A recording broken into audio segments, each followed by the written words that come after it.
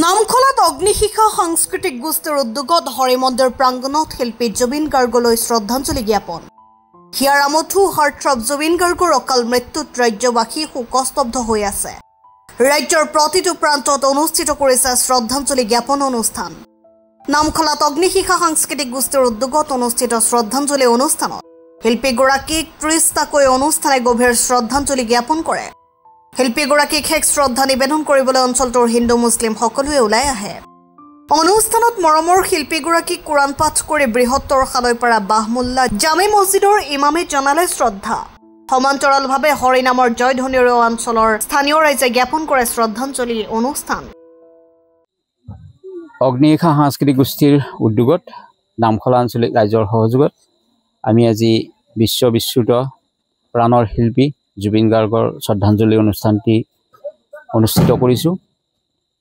আমাৰ ক'বলৈ একো নাই, সকলোৰে হৃদয়ত শোক। আমি তেখেতৰ প্ৰতি শ্ৰদ্ধা জনাই তেখেতৰ আত্মাৰ যাতে সদ্গতি হয় তাকে আমি কামনা কৰিছোঁ। আৰু তেওঁৰ আদৰ্শত যাতে আমাৰ নৱপ্ৰজন্মই পৰৱৰ্তী সময়ত আগবাঢ়ি যাবলৈ পাৰে, তেওঁৰ গীতসমূহ আমাৰ যাতে চৰ্চাৰ মাজলৈ আহে আৰু তেখেতক যথাযোগ্য সন্মান আমি যাতে প্ৰদান কৰি থাকিব পাৰোঁ তাকে আমি আজিৰ এই পবিত্ৰ দিনটোত আশা কৰিছোঁ। আমি অগ্নিশিখা সাংস্কৃতিক গোষ্ঠীৰ উদ্যোগত আজি আমাৰ প্ৰাণৰ শিল্পী জুবিন গাৰ্গৰ আজি শ্ৰদ্ধাঞ্জলি অনুষ্ঠান আছিলে। এই শ্ৰদ্ধাঞ্জলি অনুষ্ঠানত আমাৰ কেইবাটাও কাৰ্যসূচী আজি ৰূপায়ণ হৈছে। বিশেষকৈ বন্তি প্ৰজ্বলন কৰিবৰ কাৰণে আমি এগৰাকী বিশিষ্ট শিল্পীক ইয়াত আমন্ত্ৰণ জনাইছিলোঁ। তেখেত মাননীয় ধৈৰ্য ডেকা ডাঙৰীয়া, তেখেতে এই বন্তি প্ৰজ্বলনৰ শুভাৰম্ভ কৰে।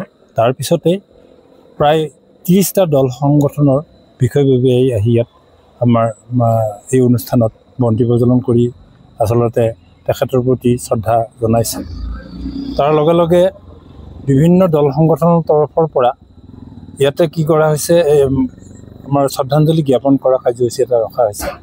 এই শ্ৰদ্ধাঞ্জলি শুভাৰম্ভক হিচাপে মাননীয় অতুল বৰুৱা, উপসভাপতি কেন্দ্ৰীয় সমিতি অসম জ্যেষ্ঠ নাগৰিক সন্মিলনৰ ফালৰ পৰা তেখেতক আমি আমন্ত্ৰণ জনাইছিলোঁ। যথা সময়ত আহি তেখেতে আমাৰ এই কাৰ্যসূচী চলাইছিলে আৰু তেখেতক আমি ধন্যবাদ জ্ঞাপন কৰিছোঁ। তাৰপিছতেই দল সংগঠনৰ সমূহ বিষয়ববীয়াই ইয়াত লানি নিচিঙাকৈ ইয়াত শ্ৰদ্ধাঞ্জলি জ্ঞাপন কৰিছে। তাৰপিছতে আন এটি কথা আমাৰ আজি ইয়াত ক'বই লাগিব যে আমাৰ এই অঞ্চলৰ কেইগৰাকীমান বিশিষ্ট শিল্পী সাহিত্যিকে আমাৰ কবিতা পাঠ কৰিছে আৰু লগতে জুবিনৰ মায়াবিনী গীতটো ইয়াত প্ৰচাৰ কৰা হৈছে আৰু তেখেতসকলে নিজে গাইছে। এইটো এটা ইয়াত আজি ডাঙৰ এটা ভাল লগা কথা এটা আমি অনুভৱ কৰিছোঁ, ভাল হৈছে বুলি, ভাল লগা বুলি। তাৰপিছতে আমাৰ এই তাতোকৈ ডাঙৰ কথাটো হৈছে যে আমাৰ যি মুছলমানসকলে যি কোৰাণ তেলাৱাত কৰে, এই মুছলমানসকলৰ ফালৰ পৰাও আহি ইয়াত বাহমুল্লা খালৈপাৰা আমাৰ মছজিদৰ পৰা আহি ইয়াত কোৰাণ তেলাৱাত কৰা হৈছে। লগতে আমাৰ সনাতন ধৰ্ম অনুসৰি যিটো আমাৰ ঘোষা কৰা যায়, এই ঘোষাও ইয়াত পাঠ হৈছে। গতিকে আমি এই অনুষ্ঠানটি খুব সুন্দৰভাৱে হৈ যোৱা বুলি আমি আশা কৰিছোঁ।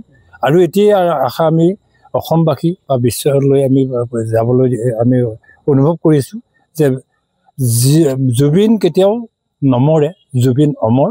আৰু জুবিনৰ যি আত্মা, এই আত্মা সকলোৰে অন্তৰত আত্মা ৰূপে, ভগৱান ৰূপে আমি চিৰস্থায়ী হৈ থাকিব, এই আমি এই অনুষ্ঠানৰ জৰিয়তে কামনা কৰিছোঁ। নামখলাৰ পৰা চিন্তু কলিতাৰ প্ৰতিবেদন, গ্লোবেল এনি 24x7।